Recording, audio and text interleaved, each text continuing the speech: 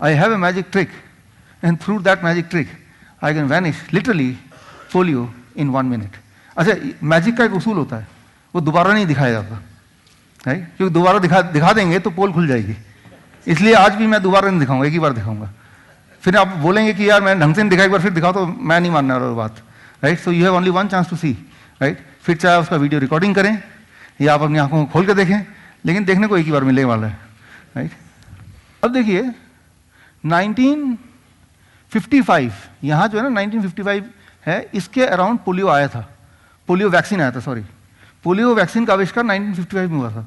और उसके बाद जैसे जैसे वो वैक्सीन डिस्ट्रीब्यूट होता गया, वैसे वैसे पोलियो का जो ग्राफ है वो एकदम चला गया और फिर धीरे धीरे वो जीरो हो गया, यानी कि दुनिया में अब पोलियो ना के बराबर है, राइट? ये देखिए यहाँ पे ये है बिफोर वैक्सीनेशन टाइम एंड ये है आफ्टर वैक्सीनेशन टाइम।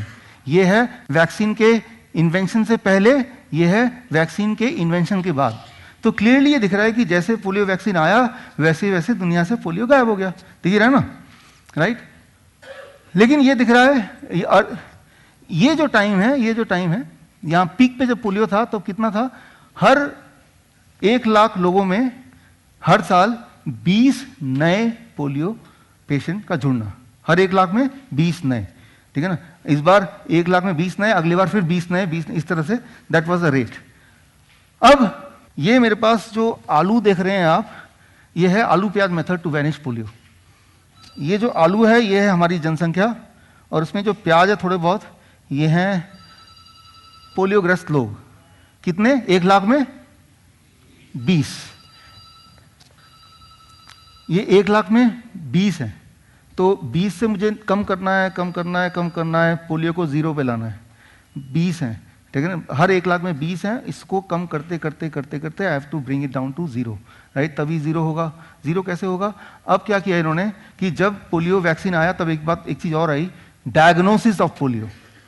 1955 से पहले पोलियो का मतलब था कोई भी इंसान जो पैरालिसिस हो गया जिसको, दैट इज कॉल्ड पोलियो। एक ही डेफिनेशन थी, किसी भी इंसान का पैर में पैरालिसिस हो गया, लिम्ब पैरालिसिस हो गया, तो उसको पोलियो कैटेगराइज कर दिया। लेकिन जब वैक्सीन आया तो ये भी आया कि वे डायग्नोस तो करें कि ये जो पैरालिसिस है ये पोलियो वायरस की वजह से है या किसी और चीज की वजह से है। तो the diagnosis came when the vaccine came, try to understand, ठीक है ना? तो डायग्नोसिस कब आया? 1955, एक ही टाइम पे आया दोनों। तो 1955 में डायग्नोसिस आया, पोलियो वैक्सीन लगाया गया, और लगाने के 1 साल बाद देखा कि अब देखते हैं कि क्या पोलियो वाले लोगों की तादाद कम हुई। तो देखा कि बहुत सारे लोग अभी भी हैं जिनको, प्याज जो है ना, ये पैरालिसिस वाले लोग हैं जिनको पोलियो हुआ है। तो कहा लाओ इनको जरा डायग्नोस करके देखते हैं।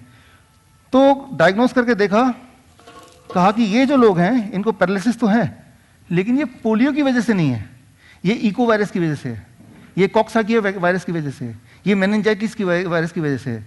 तो पोलियो वायरस जो था, पोलियो वैक्सीन जो था वो तो पोलियो वायरस के लिए था ना, तो इनको तो नहीं बचा सकता ना, तो इनको तो पॉपुलेशन हटा दो। It is a paralysis patient but not polio patient, ठीक है ना? तो अच्छा, इनको देखते हैं, या इसको फिर डायग्नोस किया गया।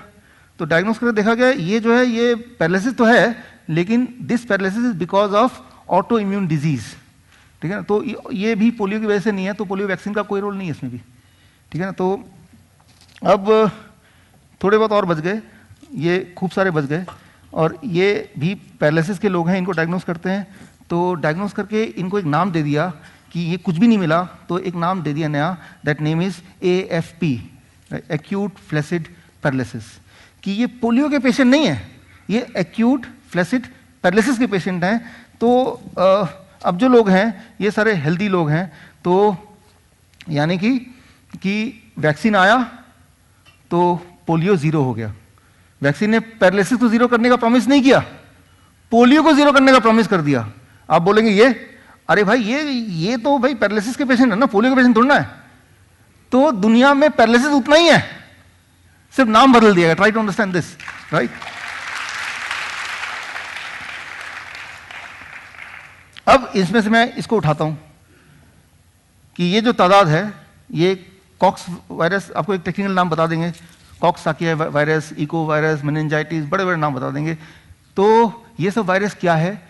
ये सारे वायरस एक ग्रुप में आते हैं, जैसे कहते हैं एंटेरोवायरस। कितने हैं टोटल?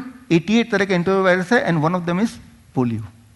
88 तरह के एंटेरो, एक ही फैमिली के लोग हैं, उनमें से एक का नाम क्या है? पोलियो। तो जब हम वैक्सीन लगाते हैं तो वैक्सीन उन 88 में से एक को प्रोटेक्ट करने के लिए है और बाकी 87 कुछ पता नहीं, राइट? तो हमें लग रहा है कि हम तो प्रोटेक्ट हो गए, लेकिन असलियत क्या है कि जो number of paralysed patient are same. अब बोल रहे हैं कि enterovirus is the whole family and polio virus, cox virus, echo virus are the part of the family, right? अब ये कैसे होता है मैं आपको थोड़ा सिंपल लैंग्वेज समझाता हूं। मान लीजिए मैंने आपसे कॉन्ट्रैक्ट ले लिया। कॉन्ट्रैक्ट ये है कि भाई मैं कॉन्ट्रैक्ट दे रहा हूं कि कुत्ते आपको नहीं काटेंगे, ठीक है ना? आप मुझे पैसा दो और कुत्ते नहीं काटेंगे, दैट इज माई गारंटी। फिर एक दिन कुत्ते ने काटा आपको, आपने बोला कि देखो कुत्ते ने काट लिया। मैंने कहा लाओ जरा दिखाओ कुत्ते। नहीं नहीं, ये तो बुलडॉग है, बुलडॉग के लिए नहीं बोला था मैंने। नहीं नहीं, ये तो जर्मन शेफर्ड है, ये नहीं, मैंने कुत्ता बोला था, स्ट्रीट डॉग। तो अल्टीमेटली है कि सारे कुत्तों में जो स्ट्रीट वाला डॉग होगा और हमारे हिसाब से स्ट्रीट डॉग है तो ही मैं मानूंगा उसको। बाकी बुलडॉग काटे, एल्सेसियन काटे, वो मेरा रोल नहीं है। Thank you, thank you.